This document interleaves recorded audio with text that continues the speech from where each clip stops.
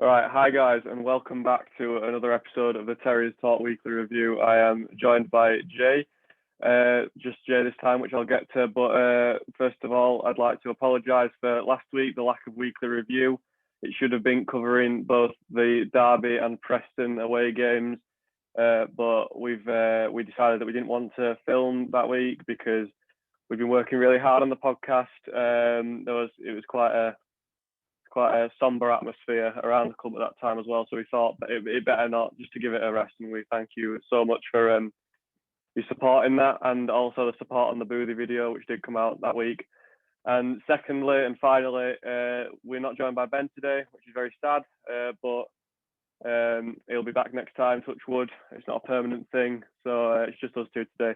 But yeah, anyway, Jay, let's get right into it with the Birmingham game. So the first half, it wasn't great watch, Jay. You can't elaborate. Yeah, I completely agree. It wasn't. I'll be honest. It nearly sent me to sleep. It was one of the sloppiest first halves I've seen from Huddersfield Town in a while. I don't think either team could put five passes together. I think at the centre of that was Lewis O'Brien in our midfield, but obviously I won't go on to that too much because of the game he had on Friday night. It was a complete opposite of Carlos Ball. I think Naby Sarr and Richard Spearman were given licence to find Fraser Campbell with the long ball. And I think Carlos has come under fire for his tactical naivety at times and lack of plan B. And I think this is the first time really under Carlos we've seen a change of kind of style of play. And the Championship, as we know, it's one of the most physical leagues in the world. You can't have one plan and one plan only because you'll just get unfoiled. So actually for Carlos to switch up his kind of style of play for that really, really kind of gave us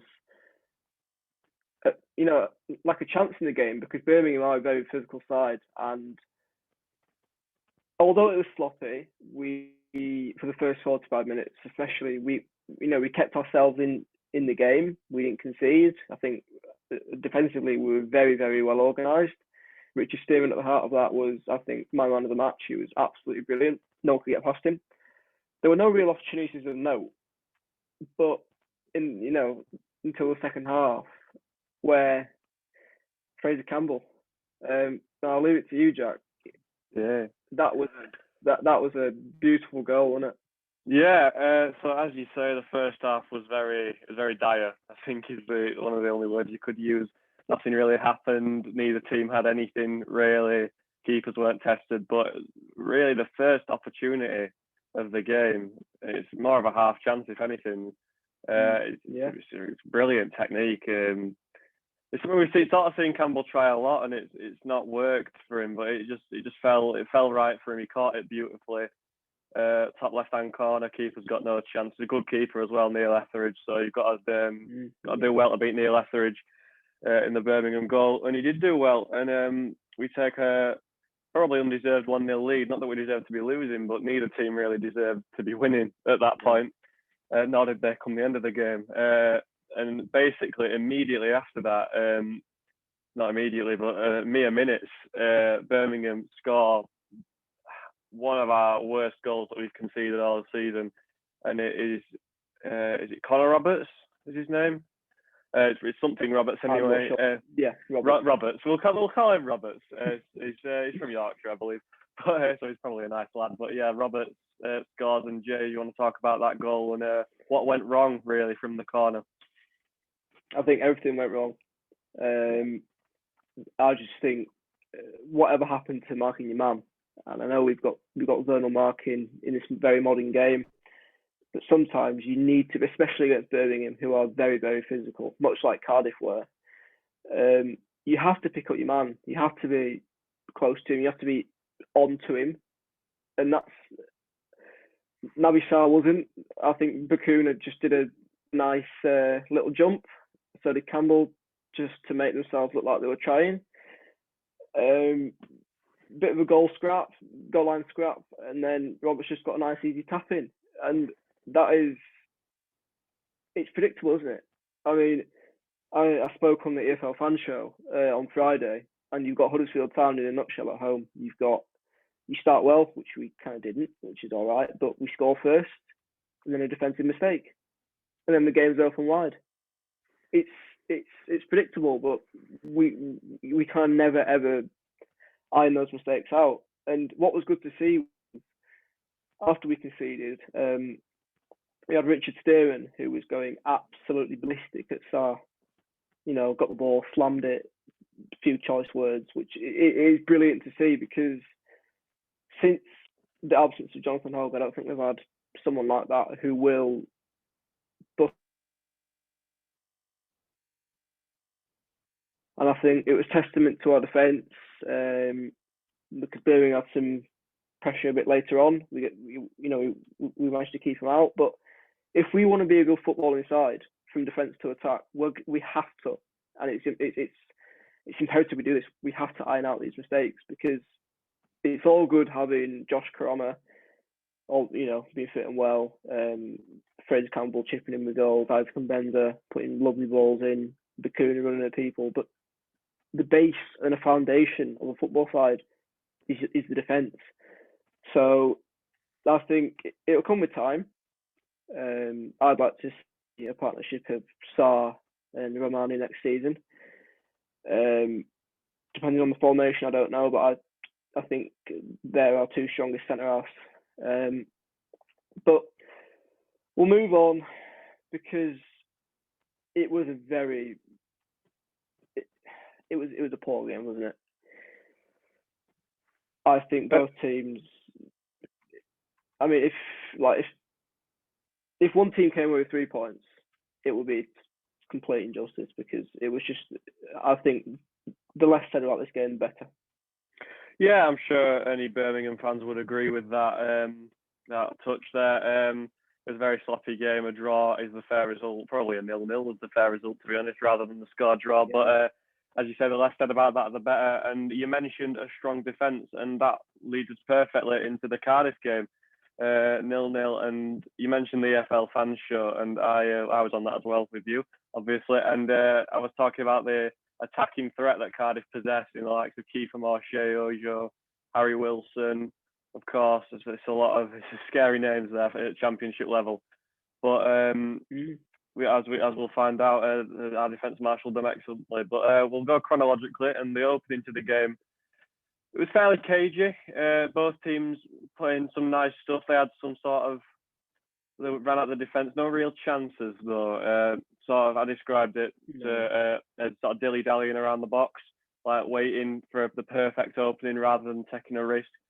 I believe one of the first real chances that we had was a Bakuna free kick, which was well struck, well saved, and then Cardiff had a similar sort of chance, although it was a full volley from Will Vaulks, the midfielder, and it was a great stop from Ryan Schofield. So I'll let you talk about that and what that'll do for Ryan and his confidence.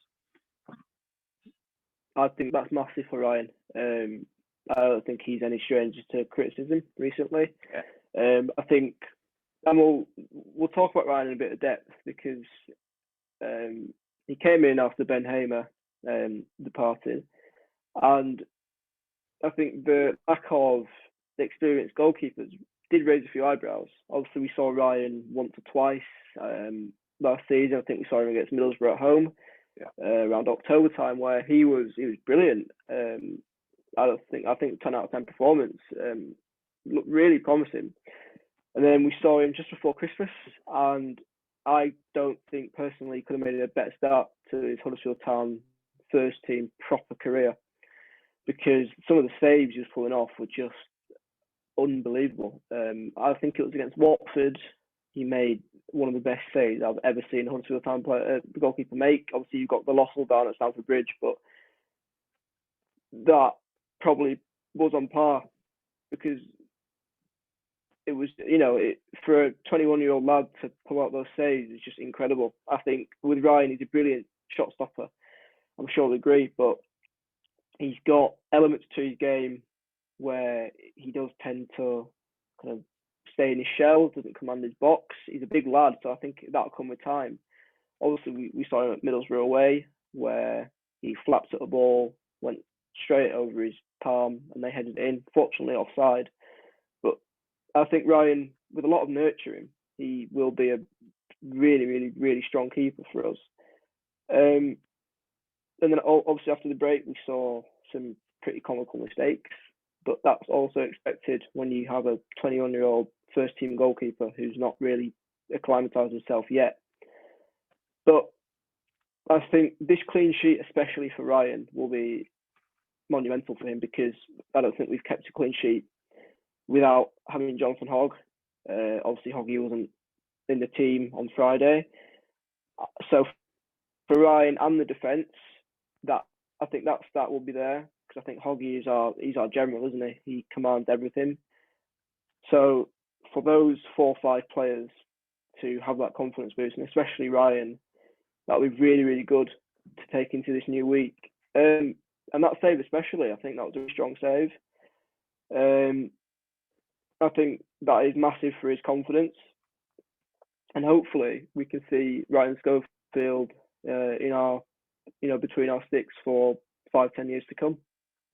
Yeah, absolutely. And as you say, that save will do him the world of good as well as the clean sheet. You could actually see on the Sky Sports cameras he had a massive grin on his face after pulling out that save, which is it's always good to see.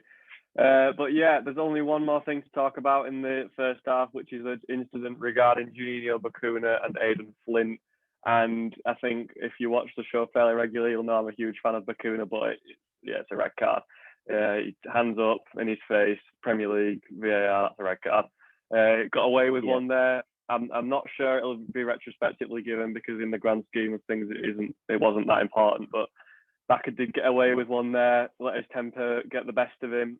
Aidan Flint is a bit of a wind-up merchant historically, but it doesn't excuse that. A professional footballer knows the rules are you can't raise your hand, especially to another person's face, player's face. Sorry. So yeah, I think not much more needs to be said about that. But do you agree it was a red card?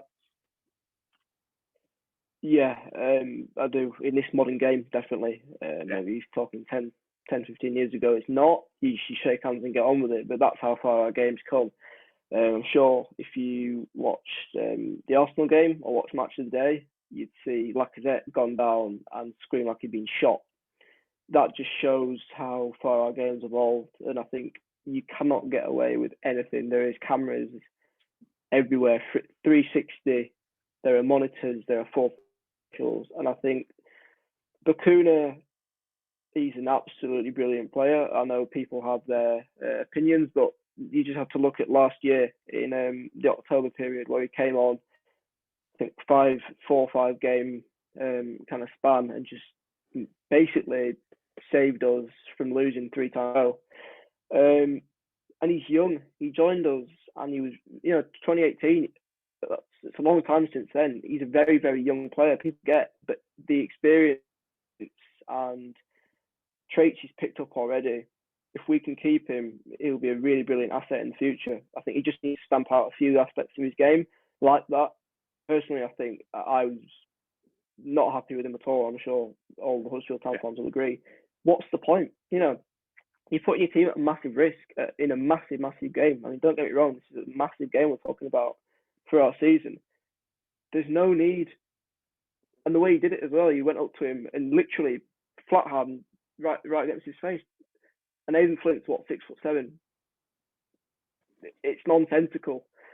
Like you said, I think the less said about that, the better. So I'll let you move on to the second half, Jack. Yeah, you're very right there. It's a very rash thing from Juninho Bacuna to do. But as you say, that was pretty much the last action of the first half, if I'm not mistaken. So straight into the second half.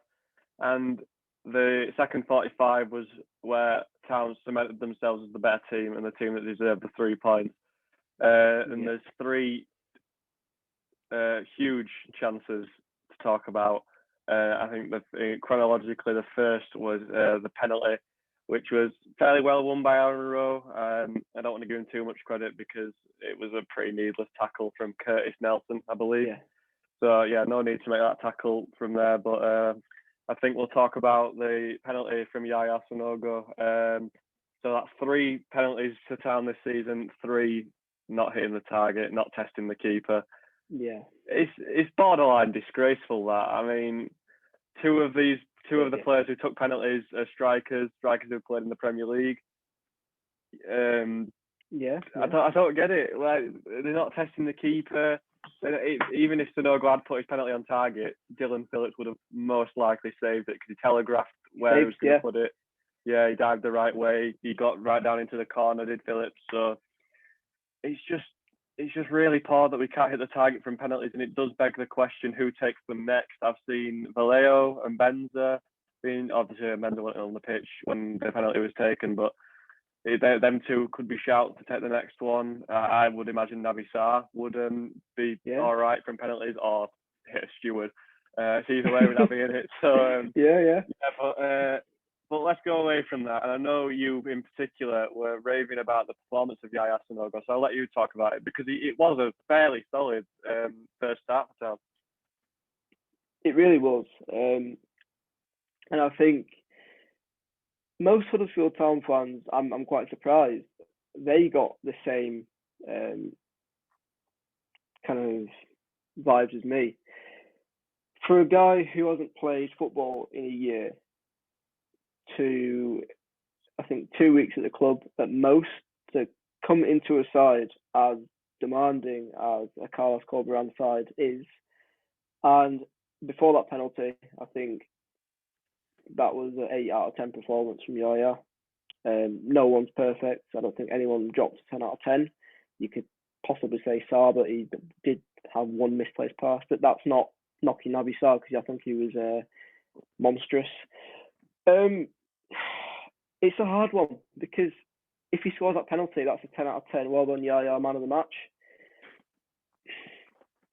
I was really impressed actually before that happened because although he shouldn't, he was dropping in. He was really putting some nice sequences of plays together with Bacuna, O'Brien, Campbell, really holding up the ball well, which we haven't seen since Steve Mounier. I'm not comparing him, but I kind of get that vibe. He was running off players. He was winning headers. He's throwing his body at everything.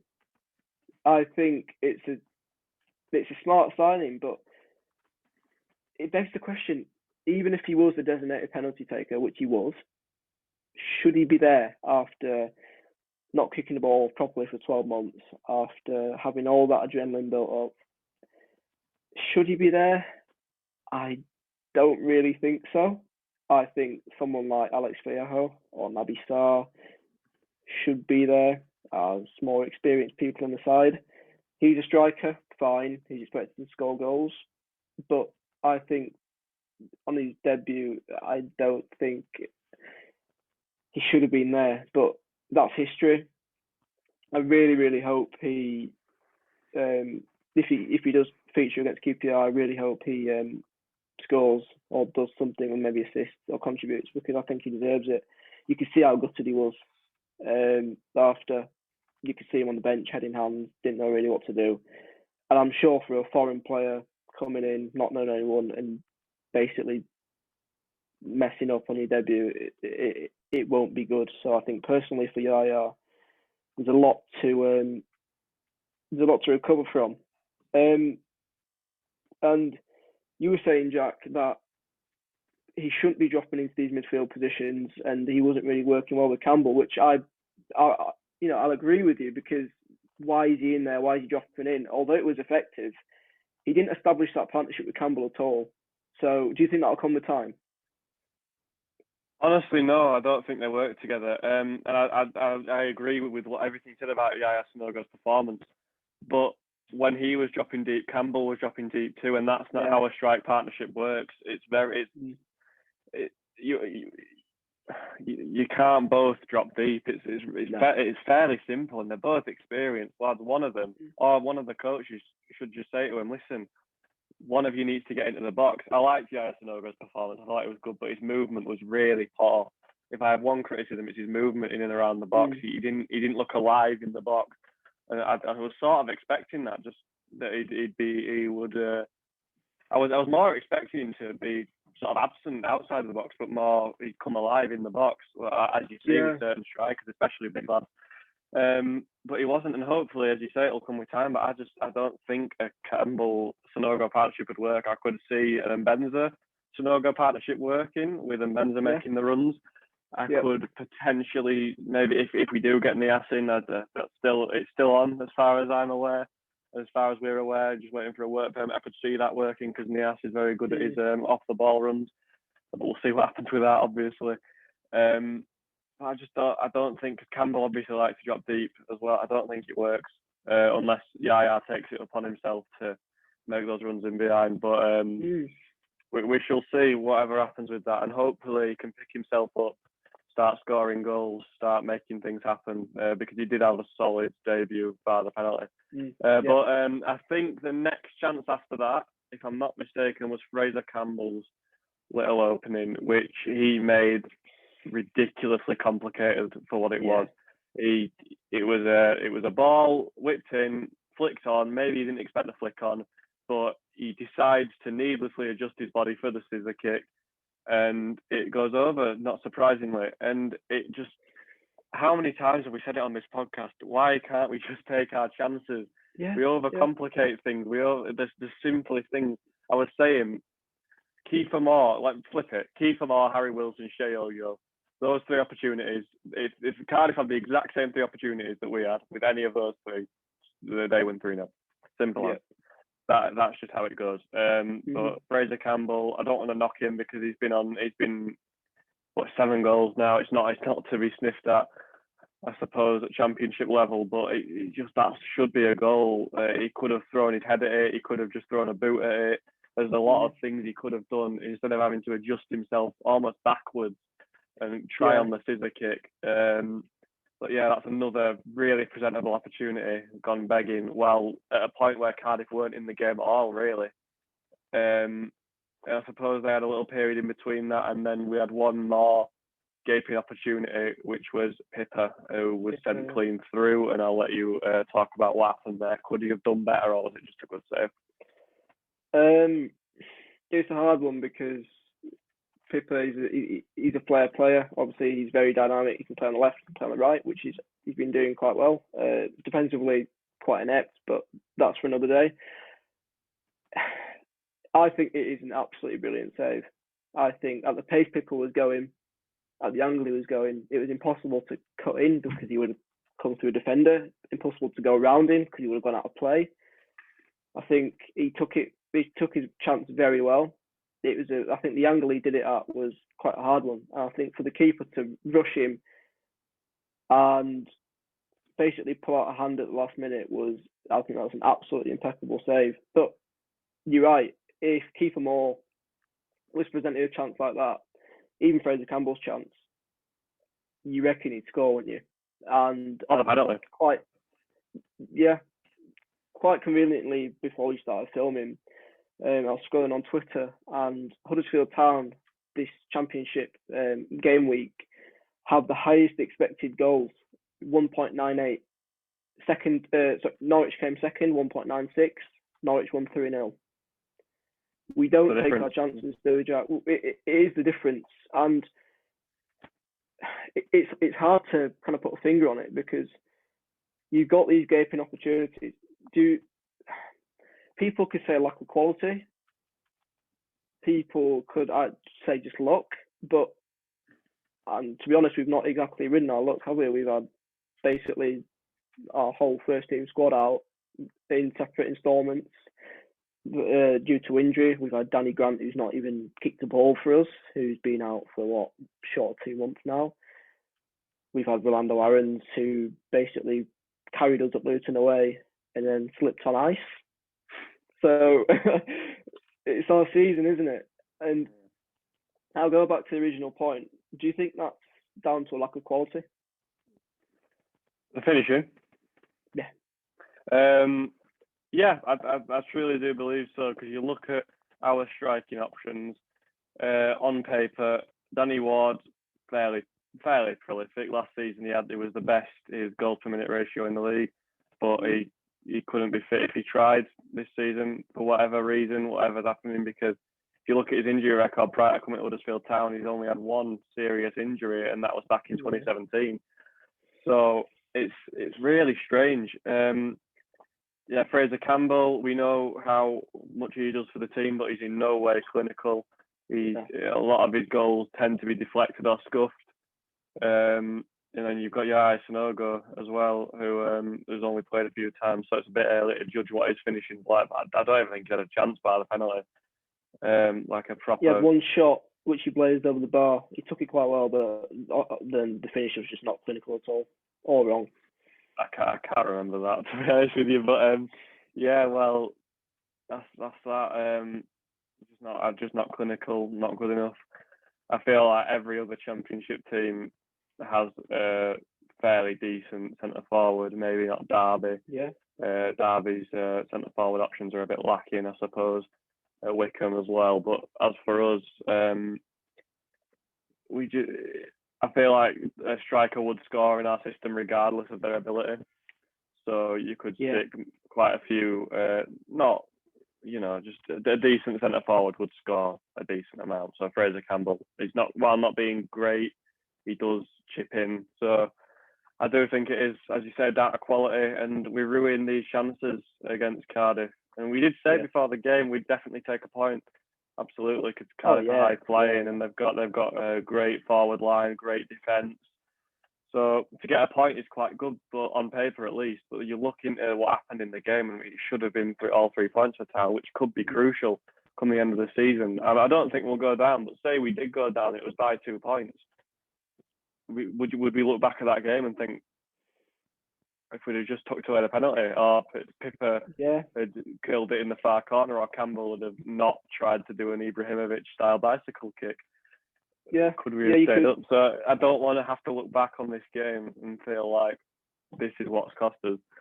But I suppose there's quite a few games like that this season, so we could look back on, spin a wheel and find out which game we look back on. But anyway, so I think that is all for the Cardiff game, bar a bit of late pressure that we dealt with well, but that's just testament to what we were saying earlier about the defence's solidity for once against Cardiff. First clean sheet in 14, obviously, which is massive. But I think now is good a time as any to look forward to Queen's Park Rangers away, Loftus Road, Charlie Austin.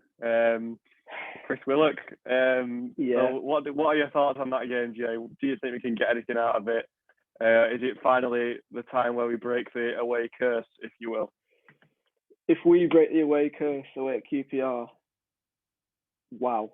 I mean, I'm not expecting it. I don't think the optimist will expect it. But I'm normally the optimist. I don't like to kind of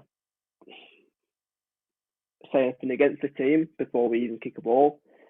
But if we do win against QPR or get a point at QPR, I'll be very impressed. I think now this is the best opportunity we've got to be able to get 2 points out of two very physically challenging teams this past week. I think we've done quite well. Obviously, Birmingham was a mess first half. I think second half we showed some good character after we conceded. Cardiff, I think our defence was just faultless. So I think this is the perfect optimal time for our team, which arguably will be in their best kind of spirit since the Swansea game, to go to QPR and say, let's take it to them. Obviously, we've got people proving a point. We've got Sanogo, who undoubtedly want to prove a point, and I do hope Carlos persists with him, because there's no way you can exclude a player after they missed a penalty. I mean, even Rooney did it, Ronaldo's done it, Messi's done it. I'm not comparing him to Yaya Sanogo, because that's why not? Well, it's like comparing a Ferrari with a wheelie car, but you get what I mean. Yeah. There's a lot of time for redemption, and I think if we really want to show, if the team really want to show the fans that this is what we mean, this is our Terrier identity, this is the best opportunity we'll get. QPR, a very, very demanding team. Obviously, Chris Willock, we know what he can do. very short loan spell, but overall promising. Charlie Austin, he's a handful. I think whoever he plays, I hope. Well, I mean, I didn't have a problem with Keogh, but I'd like to see Richard Stearman. That was probably a fatigue thing after not playing for ages. I'd probably expect Stearman to come back, but if, like I say, if we want to get anything out of that, we are going to have to be on top form, all 11 players. So I can't see us winning, but I'd happily take a point. Yeah, I agree with a lot of things you just said there, QPR. It's going to be tough. To cast your mind back to when we had a fully fit side and we completely battered them. The 2-0 scoreline was really flattering to QPR. Josh Koroma, Harry Toffolo ripped them to shreds.